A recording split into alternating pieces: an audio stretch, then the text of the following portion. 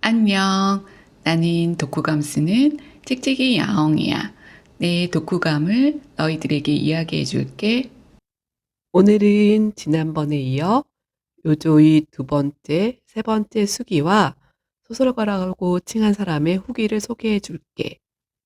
흩어지는 벚꽃잎이 파도에 밀려오는 아름다운 바닷가에 위치한 중학교에 입학하게 된 요조는 난생 처음으로 집을 떠나 친척 집에서 학교에 다니게 되었지. 그는 이제 익살 연기가 자연스럽게 되어 장난꾸러기로 소문나게 되고 그 덕분에 학교에 잘 적응할 수 있었어. 그날도 철봉에 매달리다 떨어지는 연기를 하며 선생님과 학우들을 웃겼는데 학급에서 존재 여부도 희미한 가장 백지 같은 아이 다케이치가 쓱 다가오며 "너 브로그랬지?" 하고 폭탄 같은 말을 던졌지.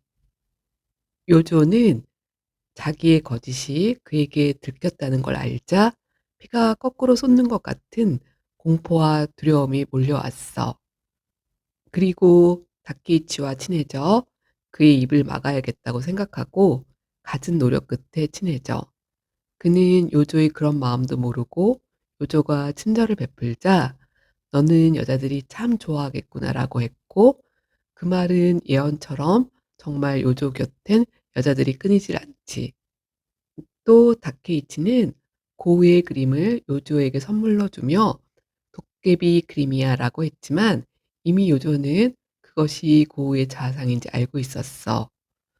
요조는 처음으로 익살로 얼버무리지 않고 본대로 표현하는 그림을 그리고 싶다고 다짐하며 그림을 그려 다케이치에게 보여주었고 다케이치는 "너는 유명한 화가가 되겠구나"라는 말을 하지.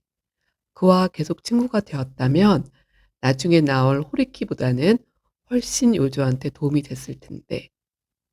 하지만 중학교 4학년이 되자 그를 관리로 만들고 싶었던 아버지는 도쿄에 있는 고등학교에 시험을 치라고 하고 그는 미술을 공부하고 싶었지만 아버지의 뜻에 따라 도쿄에 있는 고등학교에 가게 돼. 요조는 처음에는 기숙사에 있었지만 곧 폐결핵이라는 진단을 받게 되고 기숙사를 나와 아버지가 도쿄 의회에 가 있을 때 머무시는 도쿄 별택에서 학교를 다니게 돼. 그러나 그는 이런저런 이유로 학교는 자주 빼먹고 집에서 책을 읽거나 화가의 작업실에서 그림을 그려. 거기서 호리키라는 기생충 같은 인간과 교우 관계를 맺게 되지. 기생충은 내가 호리키에게 느낀 감정 표현이야. 요조는 돈을 쓸 줄도 어디에 가는 것도 무서웠는데 호리키는 요조의 돈을 자기 돈처럼 쓰며 그를 이리저리 끌고 다니지.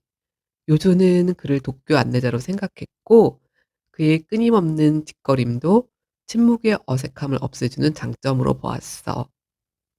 호리키는 요조를 술, 담배, 창녀에게로 이끌었고 요조는 이 세 가지가 인간에 대한 공포를 없애주는 괜찮은 수단들로 여겼지.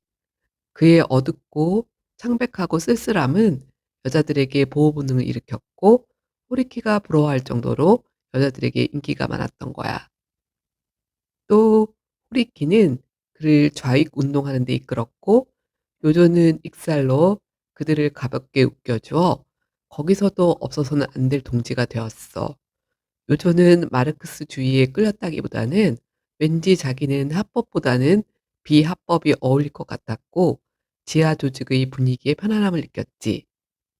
근데 이 평화스럽고 다소는 행복하기까지 했던 생활은 아버지가 도쿄 별택을 정리하고 고향으로 완전히 가게 되어 그가 하숙 생활을 하면서 깨졌어. 이제까지는 집에 가면 언제나 의식주가 해결되었는데 이제는 하숙집에서 아버지가 보내주는 일정량의 돈에 의지해야 하자 어떻게 규모 있게 생활해야 하는지 요조는 도통 알 수가 없었지. 늘 돈에 쪼들리다 우연히 들어간 카페에서 한 여자를 알게 되고 그녀에게서 느낀 삭막한 쓸쓸함을 자신의 것과 동질하다고 느끼며 그녀와 하룻밤을 보내. 그리고 어느 날 요조도 그녀도 이 삶을 어떻게 살아야 할지 몰랐기 때문에 같이 죽기로 결심해. 그래서 바다에 뛰어들었지만 그녀는 죽고 요조는 살아남아 자살 방조죄로 유치장에 갇혔고 기소유예가 되어 풀려나. 요조는 학교 때 후견인의 집 2층 좁은 방에서 그의 감시를 받으며 지내다 가출하여 친구라고 생각했던 호리키를 찾아가지만 돈이 없는 요조를 호리키는 박대해. 하지만 그날 우연히 호리키의 집을 방문했던 잡지사에서 일하는 여자와 그녀의 어린 딸과 같이 동거를 시작하게 되고 그녀의 도움으로 만화를 그려 삼류 잡지사에 팔게 되지. 요조는 이전보다는 세상을 조금은 덜 두려워하게 되었고 삶을 어떻게든 살고 있었는데 그를 심하게 구박하고 야박하게 굴었던 호리끼가 찾아와 그를 꼬드겨. 요조는 내면 깊이는 그의 실체를 알면서도 그와 같이 어울리며 예전 생활로 돌아가지. 그러다가 자기가 그 여자와 딸아이의 행복을 망칠 것 같은 생각에 동거녀의 집을 떠나 그리고 어느 술집에 2층에 유숙하며 일을 도와주고 지내다 근처의 담배가게 아가씨인 요시코를 만나게 되고 그녀의 순수함과 자신을 믿어주는 마음에 감명을 받은 요조는 그녀와 부부의 연을 맺게 돼. 요시코와 소시민적인 삶을 행복하게 살고 있을 때 또 호리끼가 나타나 그를 망쳐놓지. 호리끼가 얼마나 이기적이고 돈만 알고 자신을 이용만 하는 줄 알면서도 요조는 그와 어울리며 자신을 망쳐가. 그러다가 순수한 아내 요시코가 요조에게 일감을 주는 인간에게 강간을 당하게 되고 호리키와 요조는 그걸 목격했으면서도 말리지 못해.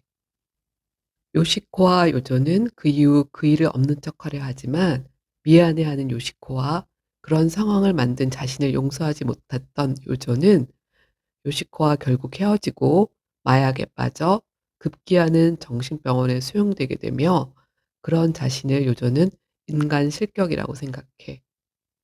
이후 아버지가 돌아가시고 큰형이 찾아와 그를 정신병원에서 꺼내 시골로 요양을 보내고 거기서 찍은 사진이 소설가가 본 마지막 사진이야. 그리고 그가 죽었는지 살았는지 이후 이야기는 없어. 소설가는 이 수기를 쓴 광희는 모르지만 도쿄에 있을 때 알고 있었던 마담을 우연히 만나게 되고 그녀가 자기 카페에 보내준 요조의 사진과 수기들을 그에게 전해줘. 그는 그것을 밤새 읽고 요조의 행방을 묻지만 마담도 그가 어떻게 되었는지 모르고 다만 그를 정신병에 넣은 아버지가 나쁘다며 요조는 정말 순수하고 사상하고 술만 마시지 않으면 아니 술을 마셔도 하느님처럼 좋은 사람이었다고 하며 소설은 끝나. 이 소설을 읽으며 요조의 연약함과 두려움, 공포, 절망이 고스란히 느껴져 얼마나 아팠는지 몰라. 사람이 순수하면 순수할수록 살면서 많은 상처를 받는 것처럼 요조도 그랬고 본인 탓이건 아니면 주변 탓이건 그를 도와주고 이해해주고 이끌어줄 진정한 스승이나 친구가 없었던 것이 얼마나 안타까웠는지.